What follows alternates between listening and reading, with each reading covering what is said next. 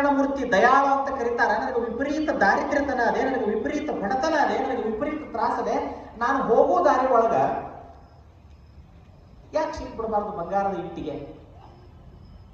ದೇವರಿಗೆ ಏನೋ ಅಂತಃಕರಣ ಬಂದು ಒಗದ ಬಿಟ್ಟಂತ ಬರೋ ದಾರಿ ಆಯ್ತು ತಗೊಂಡಪ್ಪ ಅಂತೇಳಿ ಬಂಗಾರದ ಇಟ್ಟಿಗೆನ ಒಗದ ಬಿಟ್ಟ. ಇಲ್ಲಿ ಬರಾಕತ್ತಾನ, ಮುಂದೆ ಒಗದ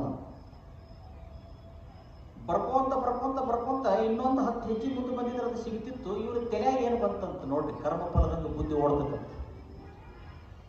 ಈ ಭೂಮಿ ಮೇಲೆ ಕಣ್ಣಿದ್ದವ್ರು ನಾವು ಚಂದ ನಡಿತೀವಿ, ಪಾಪ ಕಣ್ಣಿದ್ದವ್ರು ಹೆಂಗ್ ನಡೀತಾರ?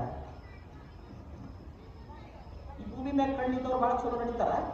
ಕಣ್ಣಿದ್ದವ್ರಿಗೆಲ್ಲ ಗೊತ್ತಾಗತ್ತಿತ್ತ, ದಿಬ್ಬ ಏರು ಇಳು ಸಂಧಿ ಗೊಂದಿ ಎಲ್ಲ ಗೊತ್ತಾಗತ್ತಿ. ಪಾಪ ಕಣ್ಣಿಲ್ಲದ್ದು ಹೆಂಗೆ ನಡೀತಾವ? ಹಂಗಾರೆ ಯಾರು ಇಲ್ಲ ಹಿಂದ ಮುಂದೆ ನಾನು ಒಟ್ಟು ಪರೀಕ್ಷೆ ಮಾಡಿ ನೋಡೋದು ಕಡೆ ಕಣ್ಣಿಲ್ಲದ ನಡೀದು ಎಷ್ಟು ಕಷ್ಟ ಐತೆ ಅಂತ ಹೇಳಿ ಅತ್ತ ಇತ್ತಾಗ ನೋಡಿದಂತ, ಯಾರ್ಯಾರು ಮಂದಿ ಇದ್ದಿದ್ದಿಲ್ಲ ಅಂತ ನೆಟ್ಟಗೆ ಒಂದು ದಾರಿ ನೋಡಿದಂತ. ಕಣ್ಣಿದ್ದಾಗ ದಾರಿ ಹಿಡಿದು ಹೊಂಟಿನಿ, ಅಕಸ್ಮಾತ್ ಕಣ್ಣು ಕಾಣದಂಗೆ ಏನಾರ ದಾರಿ ಹಿಡಿದು ಹೋಗಾಕ್ ಬರ್ತೈತೇನೋ, ನಾನು ಪ್ರಯೋಗ ಮಾಡ್ತೀನಿ ತಡಿ ಅಂತೇಳಿ ಕಣ್ಣು ಮುಚ್ಕೊಂಡು ದಾಟಿ ಮುಂದೆ ಹೋಗಿ ಕಣ್ಣು ತೆಗಿತಂತ. ಅಡ್ಡತ್ತಿಗೆ ಬಂಗಾರದ ಇಟ್ಟಂಗೆ ದಾಟಿ ಮುಂದೆ ಹೋಗಿತ್ತಂತ, ಗಾರ್ದ ಇಟ್ಟಂಗೆ ದಾಟಿ ಮುಂದೆ ಹೋಗಿತ್ತಂತ.